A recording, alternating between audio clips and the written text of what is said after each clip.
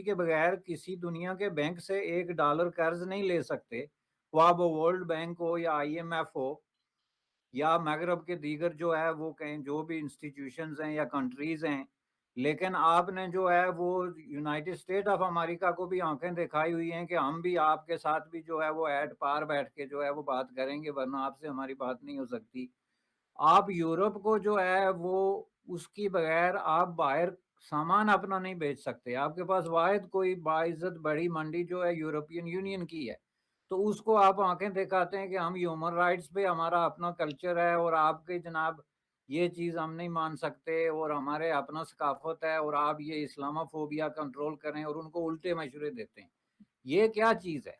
یہ اس بات پہ دلالت کرتی ہے کہ آپ بہت زیادہ جو ہے وہ کمپلیکس کا شکار ہیں، احساس برتری کا شکار ہیں، اور آپ اپنے حصے سے زیادہ مانگ رہے ہیں جس کی وجہ سے دنیا اریٹیٹ ہو رہی ہے. اب یہ آپ کے پاس ایسی کیا چیز ہے کہ پوری دنیا مل جل کے تو آپ کے خلاف سازشوں میں مصروف ہے، امریکہ سے لے کے تو انڈیا تک اور سعودی عربیہ سے لے کے یورپ تک. اب یہ تو کوئی بات نہیں ہے نا کہ آدمی یہ سوچنا شروع ہو جائے. یہ بہت ہی ایک سکھ قسم کی سوچ ہے کہ پوری دنیا ہمارے خلاف جو ہے وہ کسی بہت بڑی سازش میں مصروف ہے اور یہ کوئی ہمیں نگلنا چاہتی ہے یا ہمیں مٹانے کی وہ سوچ رکھتی ہے. اس کے بجائے اگر آپ تھوڑی دیر کے لیے یہ سوچیں کہ بھائی ہمیں تو کوئی پرابلم نہیں ہے کہ یہ ساری دنیا مل جل کے ہمارے خلاف کیسے ہو گئی ہے، یہ آپ تھوڑا سا اس پہ غور کریں تو میں وہ سامنے آتی ہیں. اور یہی مائنڈ سیٹ ہے. اس کو آپ جب چینج کریں گے تو آپ انڈیا سے وہ مانگیں گے جو آپ کا ڈیو اسپیس ہے ساؤتھ ایشیا کے اندر، اور میں نہیں سمجھتا کہ کوئی انڈیا سمیت کوئی ملک آپ کو ڈینائی کر سکتا ہے کہ جو آپ کا جائز اسٹیٹس ہے یا اسپیس ہے اس کو ڈینائی کر دیا جائے. اسی طرح یونائٹڈ اسٹیٹ آف امریکہ وہ جو ہے وہ یہ نہیں کر سکتا، کوئی کنٹری بھی نہیں کر سکتی. لیکن جب آپ اس طرح کی چیزوں پہ ہم نے دنیا کو لیڈ کرنا ہے، اب آپ کے جناب پرائم منسٹر صاحب جو ہیں وہ ایک نیا ایجنڈا لے کے آ گئے کہ میں نے دنیا کو بدل کے رکھ دینا ہے.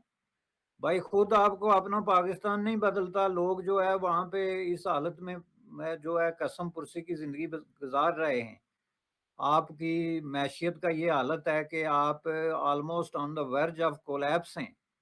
آپ کی وہاں پہ غربت اور بدحالی کی یہ حالت ہے. آپ نے کوئی ایک منصوبہ بھی آج تک جو ہے اس کو نہ سٹارٹ کیا، نہ امپلیمنٹ کیا، نہ کمپلیٹ کیا، اور آپ کہتے ہیں جی آپ دنیا میں اسلامہ فوبیا ختم کر دیں گے، فلاں کو یہ کر دیں گے. یہ جو ہے جو وہی جو خیالی قسم کی چیزیں جن کا حقائق سے اور زندگی سے کوئی تعلق نہیں ہے، وہ اٹھا کے تو آپ اپنے آپ کو ایک بطور لیڈر دنیا میں پروجیکٹ کرنا چاہتے ہیں، جس طرح جو کہ یہ ممکن نہیں ہے.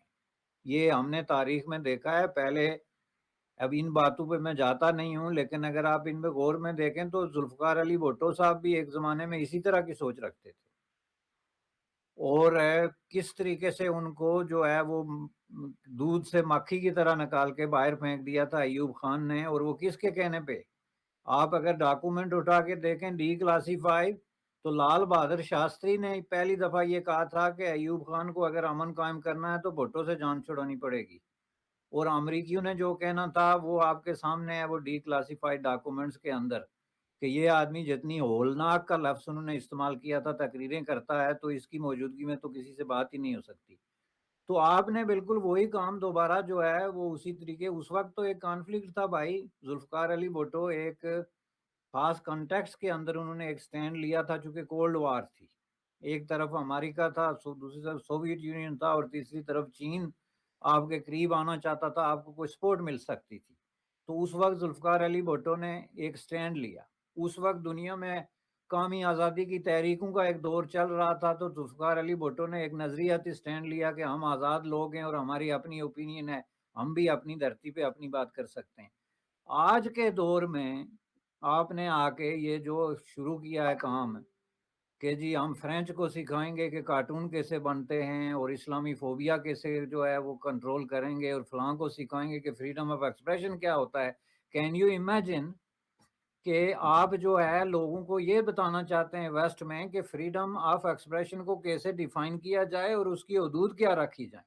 ابھی کل آپ نے ایک کانفرنس کی جو پیسے خرچ کر کے ٹیکس پیئر کے، اور یہ جو لوگ آپ نے باہر سے بلائے ہیں، آپ پہلے مجھے ان کے ریزیومے تو بتائیں کہ وہ راتوں رات اسکالر کیسے ہو گئے. کسی یونیورسٹی کا پروفیسر ہو جانا یا 2-4 کانفرنسز میں جو ہے وہ شرکت کر لینے کا مطلب یہ نہیں ہے کہ آپ جو ہے وہ ایتھینٹیکیٹڈ قسم کے اسکالر ہو گئے اور آپ کی رائے جو ہے وہ فائنل رائے ہے. انہوں نے آ کے وہاں پہ فتوے کیا دیے؟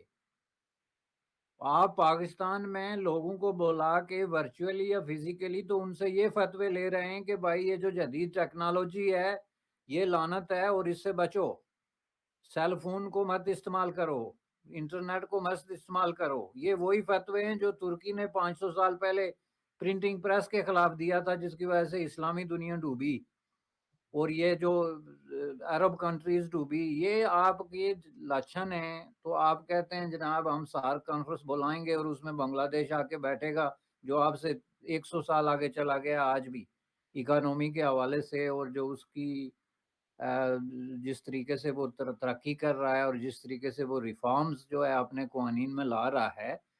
تو اصل میں مسئلہ یہ ہے کہ ہمیں کنسنٹریٹ کرنا پڑے گا اندر، کہ پاکستان کے اندر آپ کیا چیزیں کر رہے ہیں اور اس کو آپ بنیاد بنا کے جو دنیا کو ڈرانے کی کوشش کر رہے ہیں، اس کو دنیا کے ساتھ کانفلکٹ میں جانے کی کوشش کر رہے ہیں. یہ کسی طریقے سے بھی پاکستان کے مفادات میں نہیں ہے. پاکستان کا اپنا ایک سائز اور ویٹ ہے